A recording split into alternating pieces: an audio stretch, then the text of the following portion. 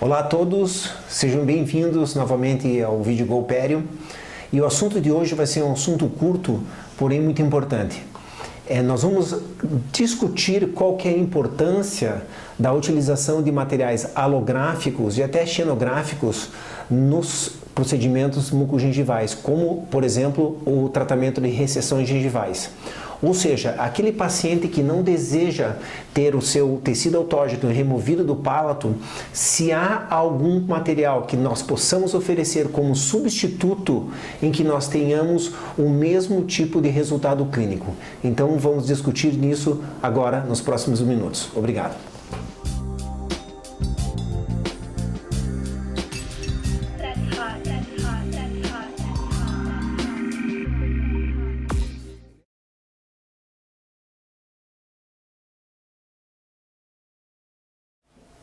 Bom, primeiramente nós temos que discutir o artigo base relacionado a como que se dá a cicatrização quando utilizamos qualquer tipo de enxerto nos tecidos superficiais.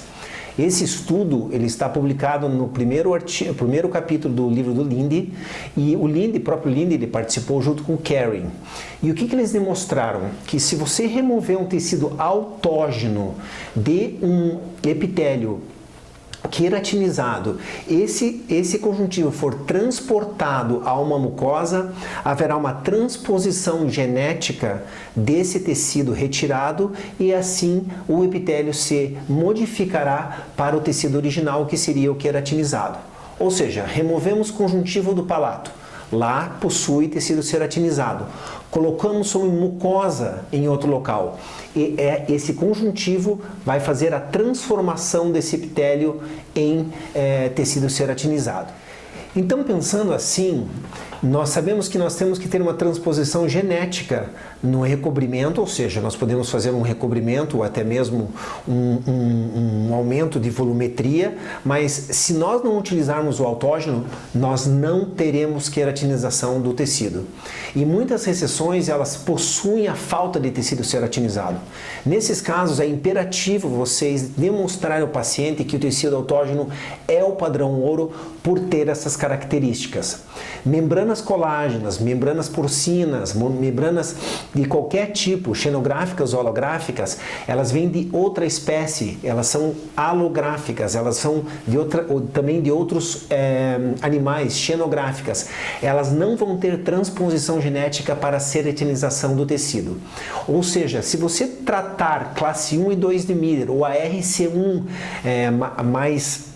a classificação mais clássica da periodontia, agora pela Academia Americana de Periodontia, você vê que nós temos um recobrimento parecido, ou seja, eles respondem no recobrimento, porém o tecido conjuntivo ele vai te ceratinizar e ele vai te dar um pouco mais de espessura.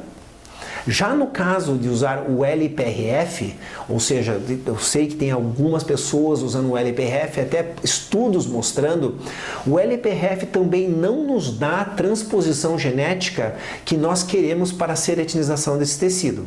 Ele é um tecido do plasma, não apresenta células base do tecido conjuntivo, por isso, se for inserida abaixo de um retalho, não se espera a queratinização do mesmo. É imperativo de se dizer que o tecido autógeno ele é o padrão ouro nas cirurgias mucogengivais. Segundo, tem casos, porém, que apresentam 10 recessões maxilares. Nesse caso, poderá ser feita um recobrimento com auxílio, por exemplo, de uma mucograft, e nas recessões em que falta tecido ceratinizado, você incluiria o seu tecido autógeno. Essa é a nossa dica de hoje, espero que nós veremos na próxima semana. Um abraço.